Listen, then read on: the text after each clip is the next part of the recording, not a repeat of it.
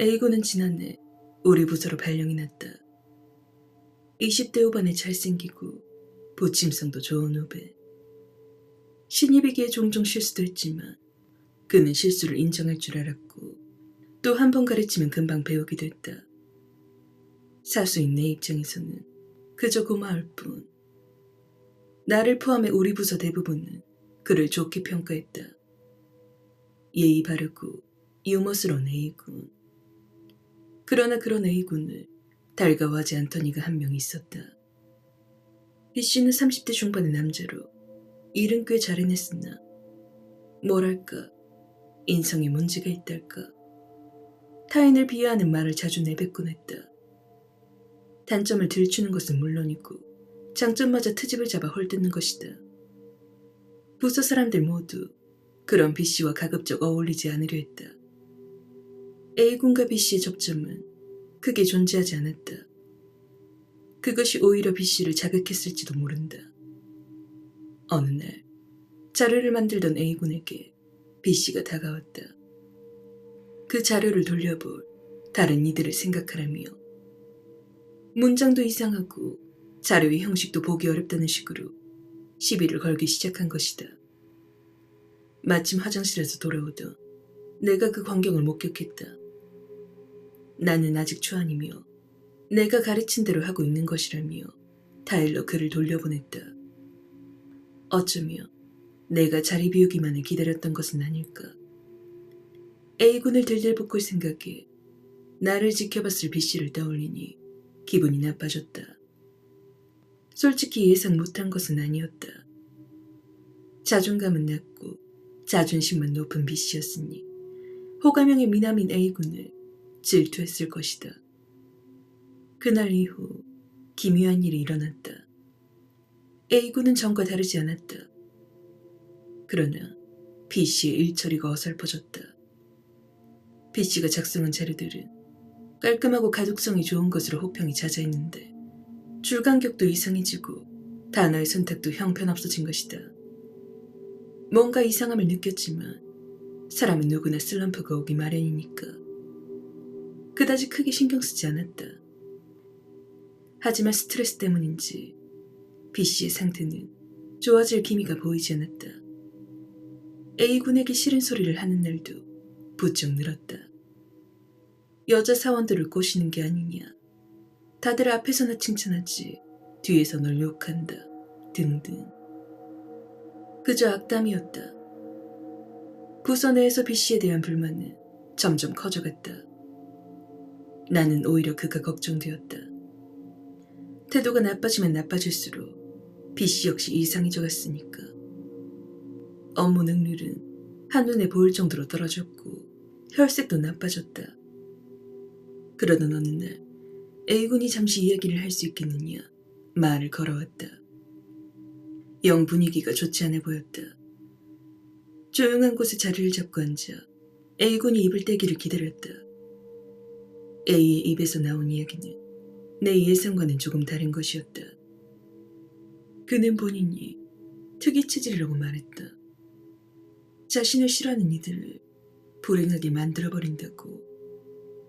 제정신으로 하는 소리인가 싶어 대꾸를 하지 못했다. 그러자 그는 말을 이어갔다.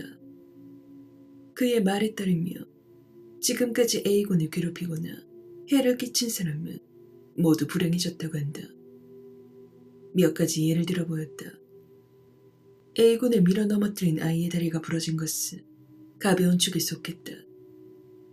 가장 심한 것은 중학교 시절 A군의 수학 성적을 이기지 못해 분해하던 학생이 한 명 있었단다. 화가 꽤 많이 났던 모양인지 A군의 수학 노트와 교과서를 훔쳐 불에 태웠다고. 하지만 이내 미안하다며 A군에게 사과를 해왔다는 것이다. A군은 그를 가볍게 용서해 주었다고 했다. 하지만 다음날 교과서를 태웠던 그 학생의 집이 전부 전소했다. 가스불 끄는 걸 깜빡했다던가. 다행스럽게도 사망자는 없었지만 A군은 그때부터 자신의 능력을 알아차렸다고 했다. A군은 어떻게든 상대방에게 미움을 사지 않으려고 노력해왔다고 한다. 또 그런 사고가 일어나선 안 되니까. 하지만 어딜 가나 사회성이 결여된 인간은 나오기 마련이다. A군은 울먹거렸다. 나는 B씨를 잘 해결해주겠노라 약속하며 A군을 달래보았다. 솔직히 나는 A군의 말을 100% 믿지 않는다.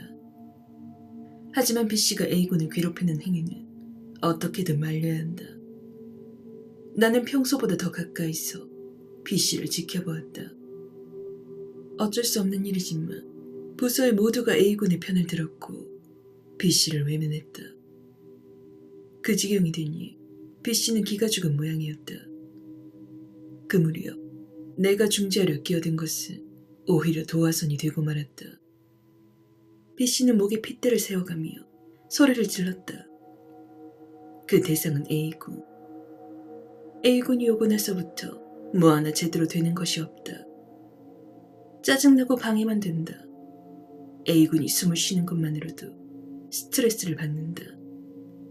말을 마친 B씨는 거칠게 문을 열고 사무실을 나가버렸다. A군도 나도 그저 멍하니 서 있을 뿐이었다. 뭔가 나쁜 예감이 들었다. B씨는 한참을 돌아오지 않았다. 나는 그를 찾아 나섰다. 한참을 헤맨 끝에 설마 싶은 마음으로 남자 화장실을 찾았다. 움직이지 않는 문.